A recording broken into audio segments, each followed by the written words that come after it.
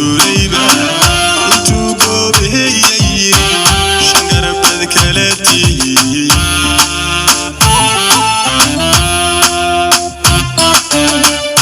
iskiitaa garan lahaa xaqiiqa wuu gaasiro inay gacaliyo xigitiyo allaana isgarabsato mandeeq loo soo godlaba dadku qaar moodaya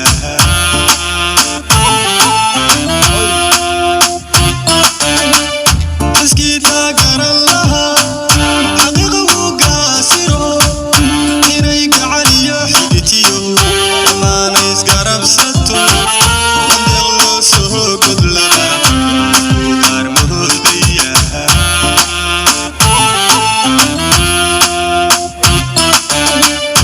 yagu hadalku yiriyo xorriyo ningayaa hele buurtida u wicin oo aan golahana dhex dhigin qarida aad jeceshihiyo gabdhaha Soomaaliyeed dunyadu maba goyso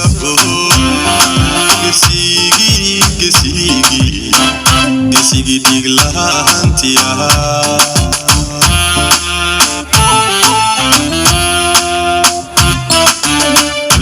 yagu hadalku yiriyo xorriyo ningayaa hele buurtida u wicin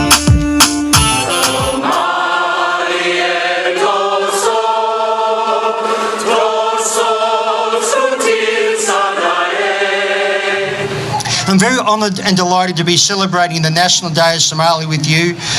Let me begin by wishing all of you a very happy and prosperous Somali National Day.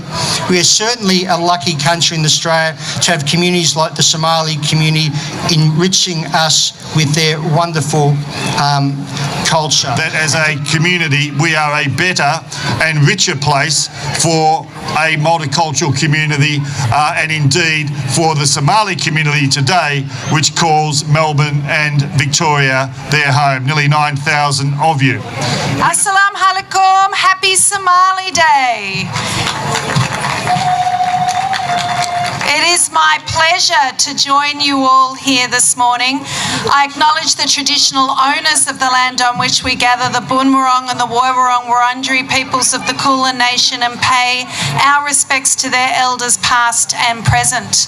But today is all about you, our wonderful Somali community. I also acknowledge all of our distinguished guests. Many of you know that within the City of Melbourne we have a population representing more than 200 different backgrounds. And within our African community, our Somali community makes up the most people and one of the biggest contributions to what happens here in our community. Today is just a gorgeous day for us. Let's celebrate what is great about being here in the wonderful multicultural state of Victoria. Thank you so much. Assalamu alaikum wa rahmatullahi wa barakatuh. Iska waran. You are, and I'm talking to the Somali Australians here today, you are part of the long, proud history of migrant success stories of this country. And I stand before you today as one of the first African Australians ever elected to the Federal Parliament of Australia, and I'm very proud of that achievement. But I'm also very proud to be able to represent you and be your voice in the Federal Parliament in Canberra. We know that as migrants and as African Australians, we are doctors and lawyers and artists and entrepreneurs and small business people and nurses and social workers and sports stars and yes, even sometimes members of Parliament. Thank you very much. Happy Somalia Day. As Peter said though, so importantly for those young people is that you should never ever forget where you've come from. You should celebrate your past, your history, your culture, your music, your dance, your food, because collectively we will all be better and stronger communities as a result of actually doing that. So again, thank you for being such good friends. I was your friend when I was a member of Victoria Police. I'm your friend when I'm a member of the broader emergency services. Again, I want to see even more diversity than Peter Khalil in the front row. Again, in time to come, I want to see someone of Somali background up here as the Emergency Management Commissioner, more Somali people sitting in the front rows of wherever I go. So all the very best and happy birthday. A lot can happen over 59 years, and of course in the 59 years since initial Somali independence there have been many ups and downs, many challenges, many terrible times. What strikes me is two things. First of all, the enormous resilience and determination that has been shown by the Somali people through the many challenges and ups and downs that Somalia has been through.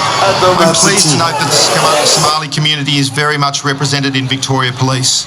There are a number of employees within our organisation who have Somalian heritage, and hopefully in years to come there will be more. The diversity in our organisation only enhances our aim to be truly representative of the community that we are here to serve. Thank you for making Victoria Police a part of your day today. We have wonderful freedoms to enjoy. We have a fantastic celebration that we can be a part of here. And thank you once again to the leaders for all of your organisational work. But the next step is to raise your voice and to get involved. Thank you.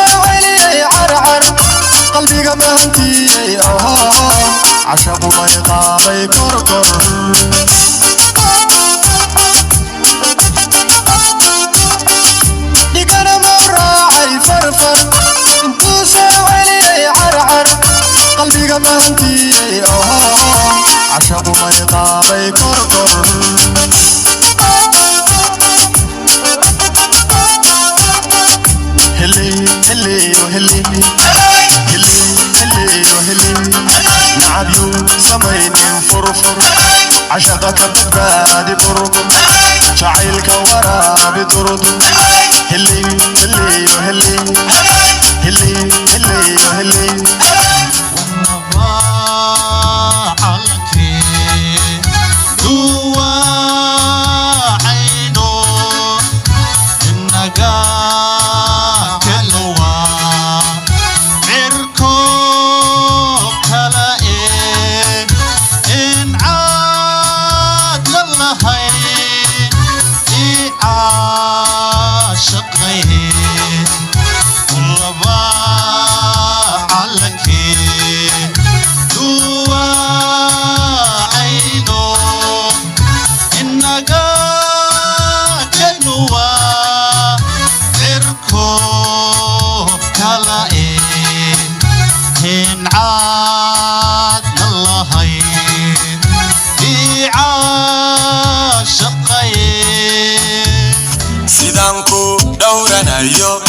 inaad igu dhaga nuglato waa mid naga dhaxayse kaalayo dhabankayga dhunko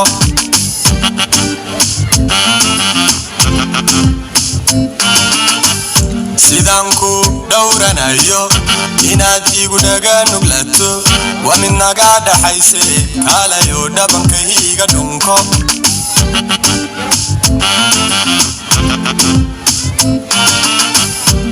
isquruxtaan ku dhaato lafahadhu xayga oo dhan adaa dhiigay dhaqaaje kaalayo dhabta soo fariiso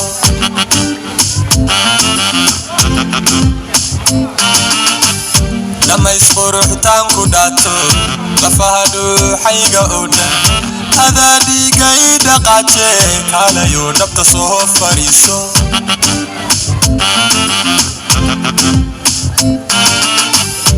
kan ku dhugteen ku fiirsho dhankaaga markan jaleeco sawma dhayga sawma dhiiro saw jacayl dhaba ima dhex qaado dhammaan waxyaha uma dhaadhaco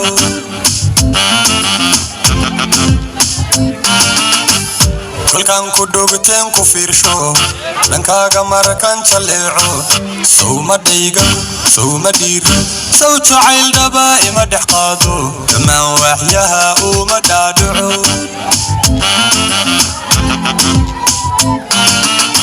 aad baa u mahadsantihiin